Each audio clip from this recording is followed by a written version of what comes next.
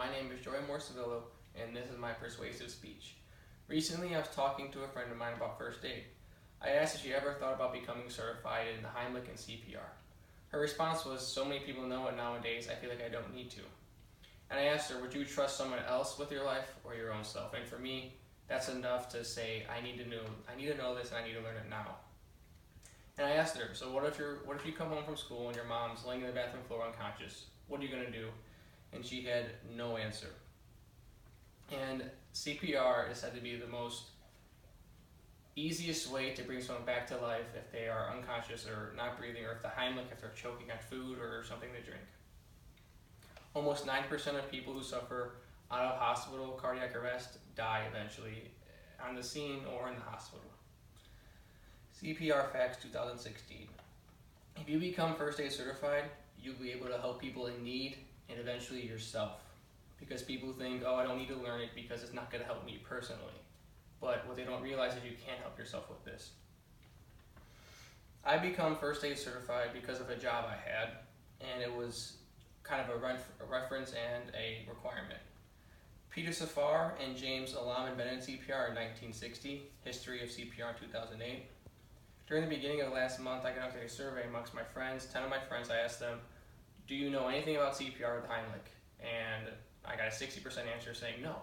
So the majority of them had no idea what it was. And according to the American Heart Association, CPR is the most influencing technique to get people to get up and actually do something to help them and people around them.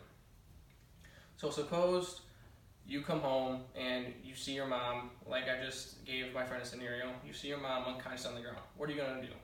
You have no time to look at up how you save them. Can't go on the internet, can't go on Google and tell them, hey, this is what you need to do. First, you need to assess the scene and see if is it safety for the victim and for you. If they're in the middle of the street, don't do it.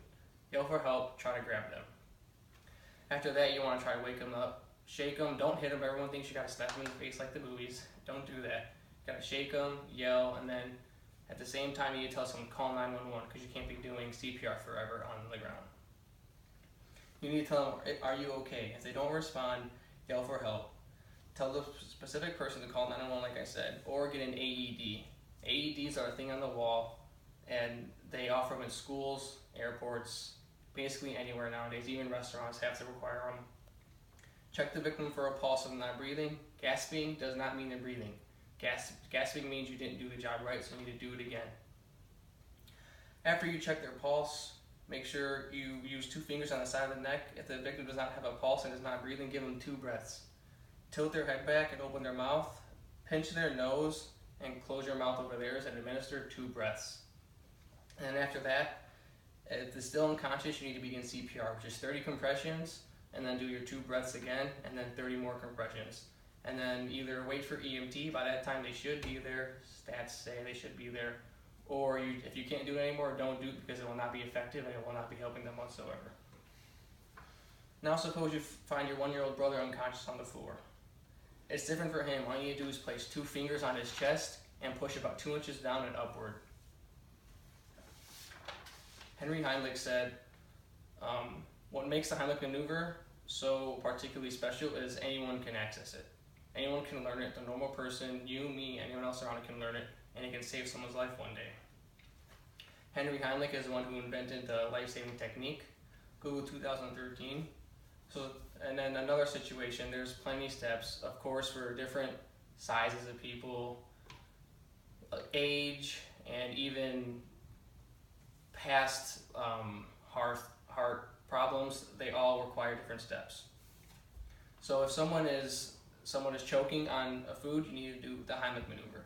If you're standing, you need to come up behind them, wrap them around the waist, use your fist and then your thumb pointed towards them at the lower rib cage, push hard and up. If it doesn't work once, keep doing it until it does work. A lot of people think you need to punch them. You don't need to punch them, you just need to put your hand on their side like this and then maneuver upward and push out. Then you need to grab your fist with your other hand before you do that and then start to go up.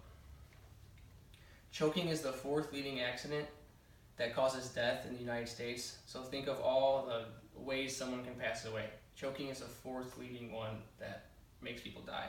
HRF 2015. If the adult is unconscious and they're on the floor, Place the victim on their back. Facing them, you straddle their hips, and with one hand, put it on the top of them.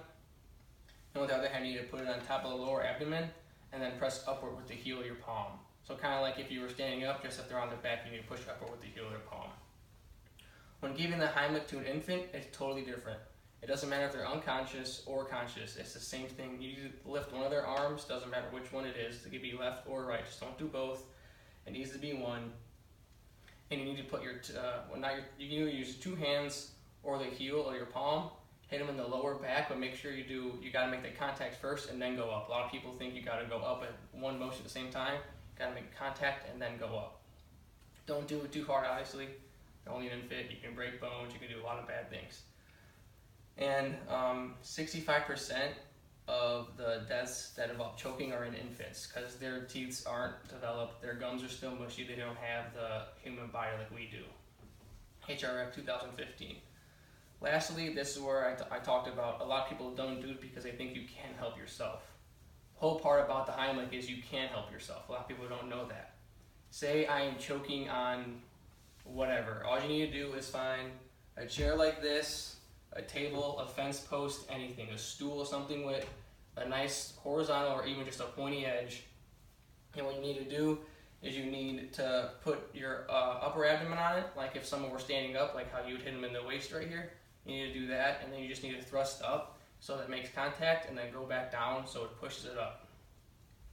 And if that doesn't work, then you just need to step back, take 2 or 3 breaths, and then do it again until it does work. A lot of people panic and they stop. You can't stop, because once you stop, you already lost the battle. If you ever came across any situations in your life, you know that they most likely passed away because you didn't know the steps. So hopefully this persuades you to go in there and learn these steps. And if you want to do it now, it's easy. Go on Red Cross website. They have free tests, free certification tickets. Everything's free. No credit cards, no emails, no scams, nothing. All you need to do is take the test, schedule your own time. You don't got to work around a fixed time. It's simple. Do it. I suggest it. If you can save someone's life and even yours, just think about that. I say you do it.